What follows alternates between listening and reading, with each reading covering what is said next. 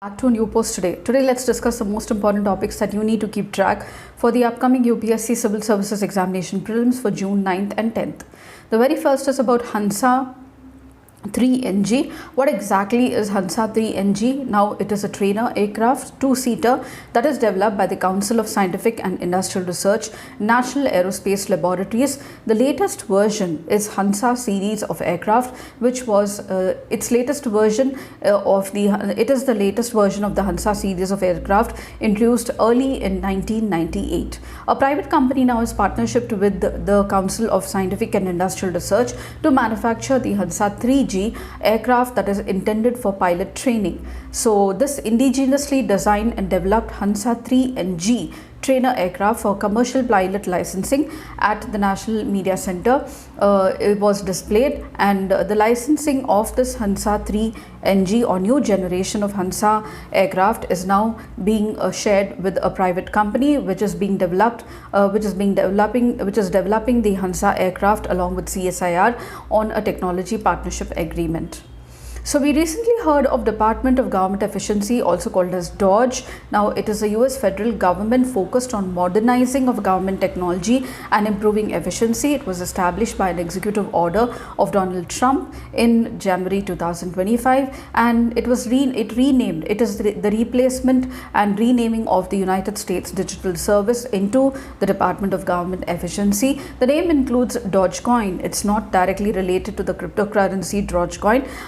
However, there is, just because of the name Doge, it has been linked to this. Now, it was created by an executive order by President Donald Trump, and the purpose is to modernize federal technology and also streamline government operations as well.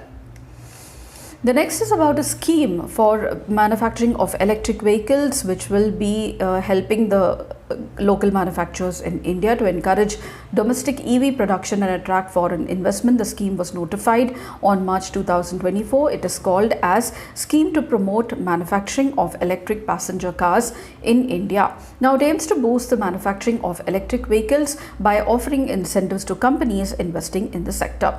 There is need for a minimum investment to be approved under the scheme to manufacture the electric vehicles, which is 4,150. The applicants must have a minimum domestic value addition of 25% by the end of third year. They can attract reduced import duty on completely built units of electric vehicles. They focus on the electric passenger cars with a push to sustainable transportation, and the scheme also aims to attract investments from global EV manufacturers, positioning India as a prominent EV manufacturing hub. The incentives are reduced import duty, support for R&D and charging infrastructure. This will also reduce the pollution, which is one of the goals. It will decrease the dependence on imports of oil, and also it will spur economic growth and employment in the EV sector. So this is the third most important focus.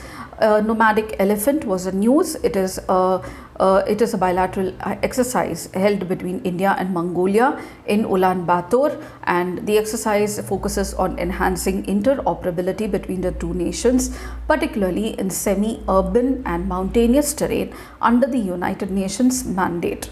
The exercise focuses on counterterrorism operations, precision sniping, tactical drills in challenging environment, and the Indian Army, primarily Arunachal Scouts, is participating. The exercise is being held at Special Forces Training Center at Ulaanbaatar. And we have the Rhodes Scholarship in news. What is the scholarship for? It is awarded for postgraduates at the Oxford University. It is highly competitive and focuses on academic excellence, character, leadership, and commitment in public space.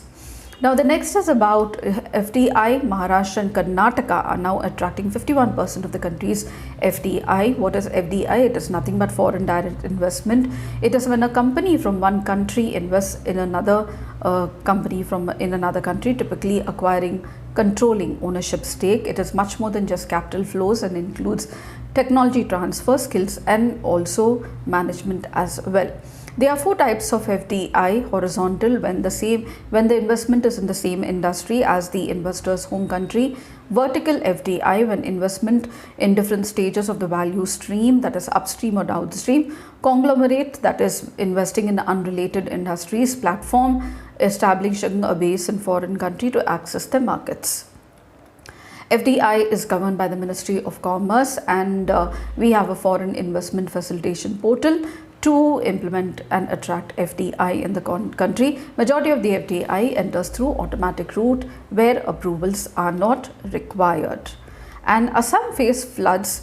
The major rivers of Assam were in use like Brahmaputra, Barak, Subansiri, Jai Barali, Dihing, Disang, Dhanasiri, Kopili, Beki, Manas, Dikkau, Disang and Janji. These are many of the tributaries of Brahmaputra, and they flow into the Assam, causing floods as well, especially during the monsoon season, as the monsoon reaches first in Andaman Nicobar Islands in the northeast and in Kerala, and after that over the whole of the Indian peninsula.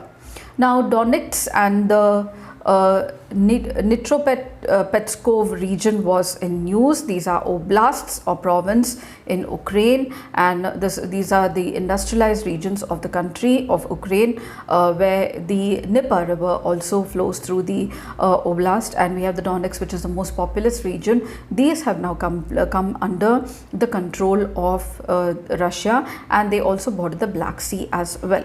So these are some of the points I thought I should be touching for you for June 9th and 10th. If you did, please do like, share and subscribe, and don't forget to comment at the end of the video. I shall see you in my new post. Until then, it's very happy learning.